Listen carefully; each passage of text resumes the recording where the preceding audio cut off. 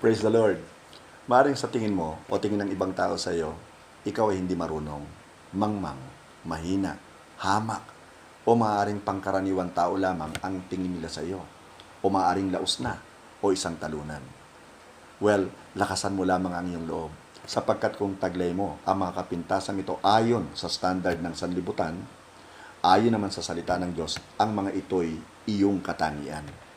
At congratulations na sa iyo in advance, sapagkat kandidato ka sa mga tatawagin at gagamitin ng ating Diyos para sa lalong ikalalago ng kanyang gawain dito sa lupa. At pag naranasan mo ngayon na ikaw'y ginagamit na ng Panginoon, diyan mo ngayon makikita ang malaking pagbabago sa buhay mo. Diyan mo ngayon mararanasan ang kanyang anointing, ang kanyang kapangyarihan. Ganon din ang himala sa araw-araw, maging ang favor niya at ang mga blessings. At iba't iba pang mga bagay ang ipararanas sa iyo ng Panginoon na hindi mo sukat akalain. Kaya, mapapabilang ka na sa tatawagin kong the blessed rejects. Babasahin ko po sa inyo, yung nasusulat po sa 1 Corinthians chapter 1, verses 26 to 29. Pakinggan niyo pong mabuti. Napakaganda po nito.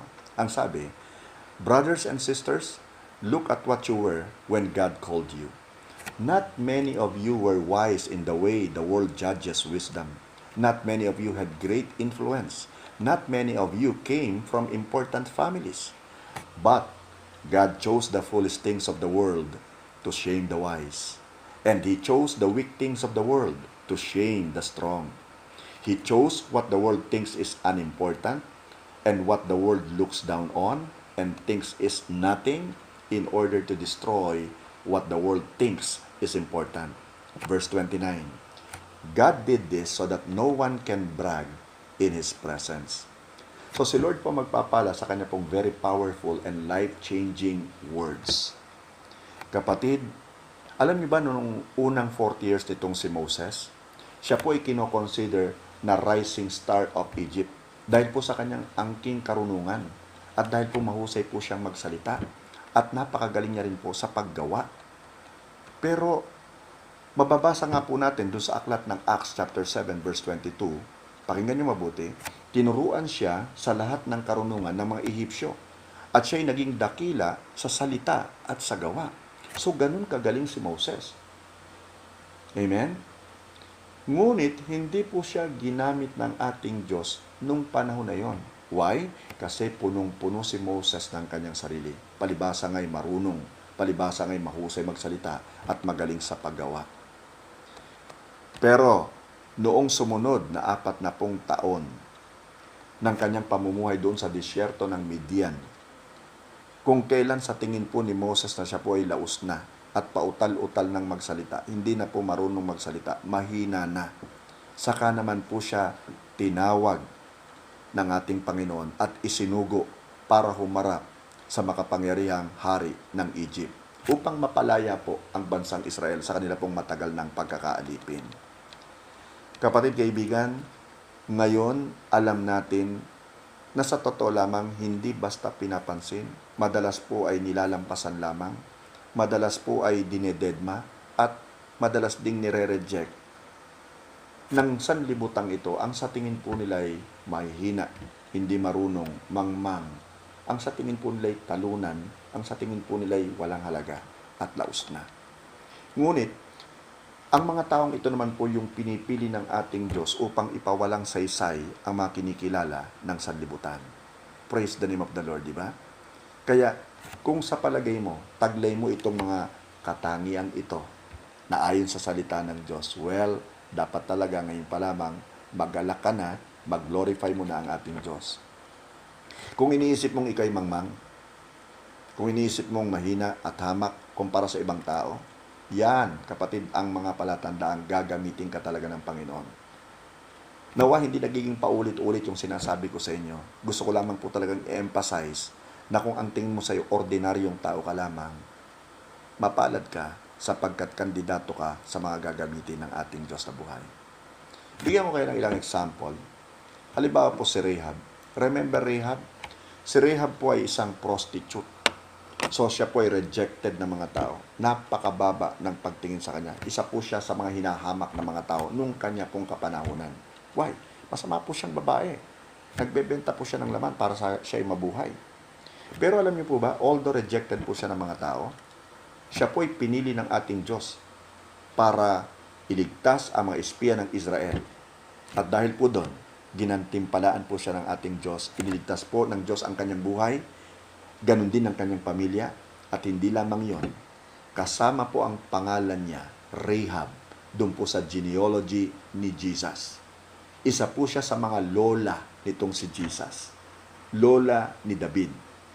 Kapatid, although rejected by men, accepted by the Lord, chosen by the Lord. You see? Another good example was the Samaritan woman. Yung nakausap po ni Jesus sa well ni Jacob. Isa rin po siyang masamang babae. 5 po yung naging asawa niya. At yung ika-6, hindi niya po tunay na asawa, kung hindi kinakasama niya lamang. So, mababa din ang pagtingin sa kanya ng mga kababayan. Sirang-sira din po ang kanyang pagkatao. Rejected po siya. Pero, siya po yung ginamit ni Jesus. Nung ipaalam ni Jesus na siya yung Messiah, siya yung ginamit ni Jesus para sabihin ng babaeng ito sa kanyang mga kababayan na natagpuan niya yung Messiah. At dahil sa nakita ng mga kababayan niya ang pagbabago sa kanyang pananalita, yung pagbabago sa kanyang aura, sila po ay napapaniwala. At lalo pong napapaniwala nung marinig na nga po nila si Jesus. So you see, rejected by men, but accepted and chosen by the Lord. Another good example, another lady by the name of Mary Magdalene. Si Mary Magdalene, isa rin pong prostitute. So masamang babae po siya. Gano'ng kasama? 7 demonyo yung pinalayas po ni Jesus sa kanya pong katawan. Can you imagine that? Ganon siya karumi. 7 demonyo. But, although rejected by men, anong ginawa ng ating Diyos? Pinili po siya. Siya yung kauna-unahang pinagpakitaan po ni Jesus nung siya po ay mag-resurrect from the dead. At siya rin po yung kauna-unahang naging evangelist sapagkat siya po yung nagsabi sa mga alagad ni Jesus that Jesus has risen from the grave. Rejected by men, chosen and accepted by the Lord. Hindi lang yon, ginamit talaga ng Panginoon. At ganun din ang gagawin ng Panginoon sa iyo kung ikaw ay magiging willing na magpagamit sa Kanya. So, huwag mong tingnan yung limitation mo. Huwag mong sabihin na pangkaraniwan lang naman ako eh. Wala naman akong natapos. Mahirap lang ako. Matanda na ako o bata pa ako. Huwag na tayong mag-alibay pa. Kung talagang mahal mo si Jesus, magpapagamit ka sa Kanya eh. No excuses eh. Di ba? Kung magpapagamit ka kay Jesus, magpagamit ka. Kung talagang mahal mo si Jesus, magpapagamit ka sa Kanya. At huwag mong isipin ito, kapatid. At iiwanan ko sa ito. God does not call the qualified. He qualifies the called. Another thing, God does not call the equipped. He equips the called. Amen?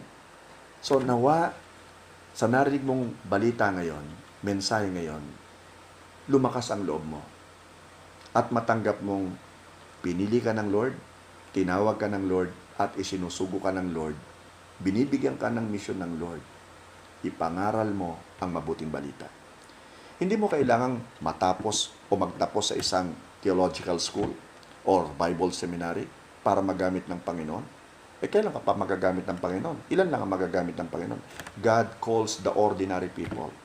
Kapatid kaibigan, ipagamit mo ang iyong buhay sa Kanya, ang iyong lakas, ang iyong oras, at tutulungan ka ng Blessed Holy Spirit.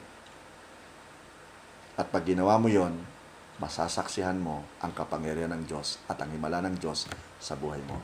Amen? Tayo po'y sandaling manalangin. Heavenly Father, kami po'y lumalapit sa iyo. Nagpapasalamat po kami, O Diyos, sa iyo pong ipinahayag sa amin lahat ngayon. At ngayon nauunawaan namin, O Diyos, na bagamat kami ordinaryo lamang ng mga tao, average lamang sa tingin ng mundong ito, maaring talunan ang pagtingin nila sa amin. But Lord, salamat sapagkat by your grace, kami nga po, Panginoon, ay tinawag mo at kami po ay isinusugo mo para magamit sa iyo pong ubasan. Nawa, O Diyos, sa amin pong pagpapasakop sa iyo, madakila ka, maitaas ka sa aming mga buhay at mag-glorify ang tanging pangalan mo. Again, we thank you and bless you, my Lord. In Jesus' name we pray. Amen and amen. Hallelujah. May the Lord bless you and keep you. May the Lord make His face to shine upon you. May the Lord be gracious unto you. And may the Lord turn His face toward you and give you peace. Shalom. Amen and amen and amen. Glory to God.